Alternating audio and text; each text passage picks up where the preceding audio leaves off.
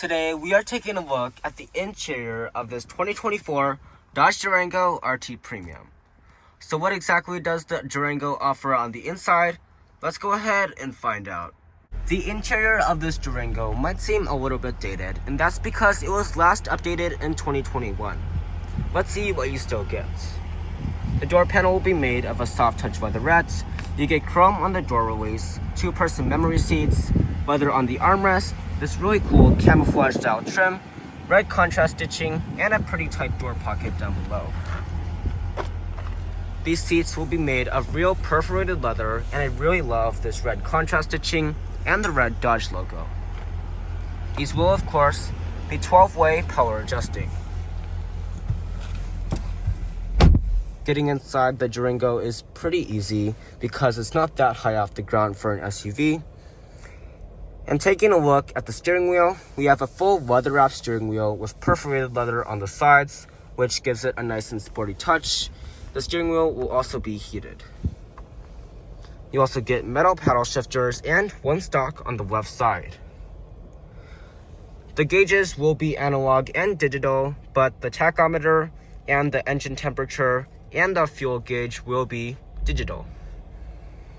And I would like them to switch to full digital soon because that is what most cars have nowadays.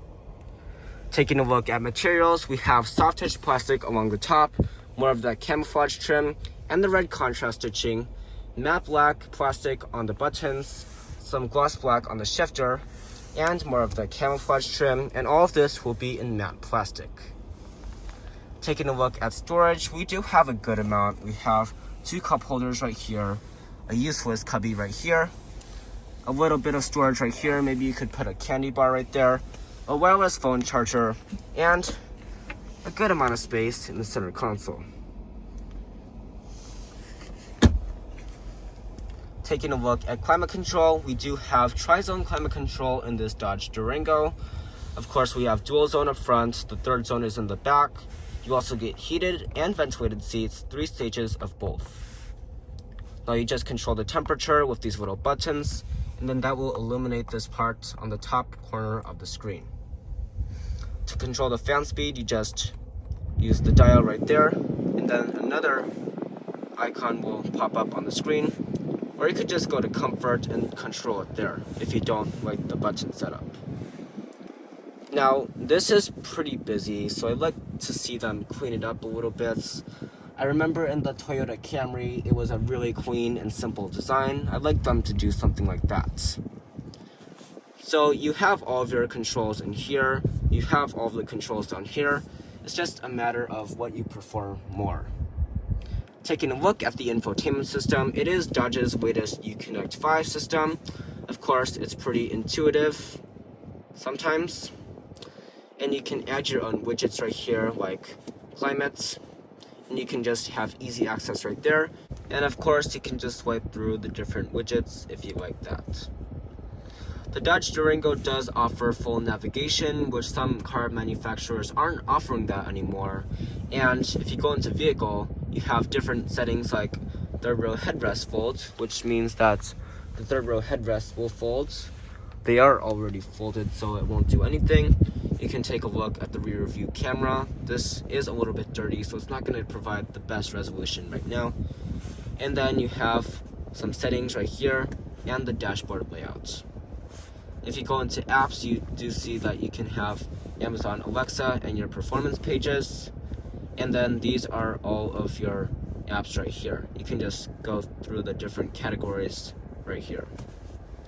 We do have wireless Apple CarPlay and Android Auto, Wi-Fi hotspots, and all of that good stuff that you need in a modern day infotainment system. Taking a look at the shifter, we do have Dodge's traditional style shifter. Just go all the way down for drive, almost all the way up for reverse, and that will pull up a low resolution backup camera. This is kind of dirty, so it's not going to help with the resolution, but Dodge didn't make any improvements to the camera system when they refreshed it. You see, when I turn the wheel, there's kind of some lag in the active trajectory, which is more lag than a normal modern day car. So I'd like to see Dodge make some improvements to their camera system, because a lot of cars at this price point, $60,000, are offering a full 360-degree backup camera, and this Dodge Durango still doesn't have it. For park, you just go all the way up. Taking a look up top, we do have a regular rear view mirror. We also will have a sunglasses holder, and you do have a standard size sunroof. Now, another thing, I would like to see a full panoramic sunroof, because this is over $60,000, and all cars in this segment, except for this one, offer a panoramic sunroof on this trim level. Now let's take a look at the front passenger side and see what your front passenger is going to get. The seats will be exactly the same, with perforation, that red contrast stitching, heating, ventilating, and 12 ways of power adjusting.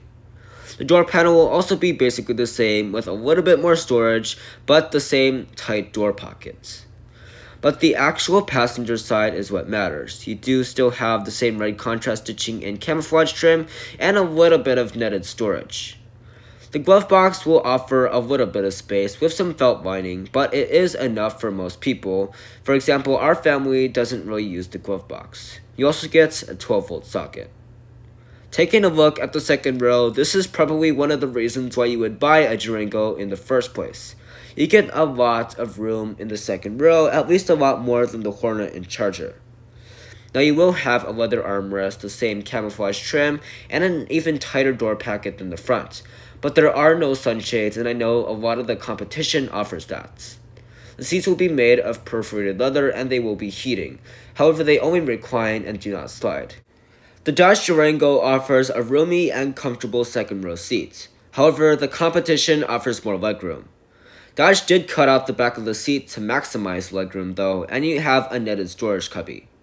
You also get 2 USB ports, a household-style outlet, 2 vents, and controls for your 2 stages of heated seats. The rest of your climate controls will be located on the ceiling, just like an airplane. I actually don't like this setup at all, because you can't see the exact temperature you set it at, and these knobs don't have a very nice click to it. However, this is a unique way to fit in a third zone of climate control, even though the center control area doesn't fit it. Additionally, Dodge provides 2 more cup holders and a little storage area, but I've liked to see them make use of this area right here for a cubby for the third row passengers. But the real reason why you would buy a Durango in the first place is for the third row. This is currently the only Dodge in the lineup that has a third row. To get in, you're just going to pull that lever and then pull the red strap, and that will fold the seat out of the way so you have easy access into the third row. It is actually pretty comfortable back here, they just need to update it so that it has more amenities. I do have a good amount of knee room, just a little bit, so that is pretty good for a third row.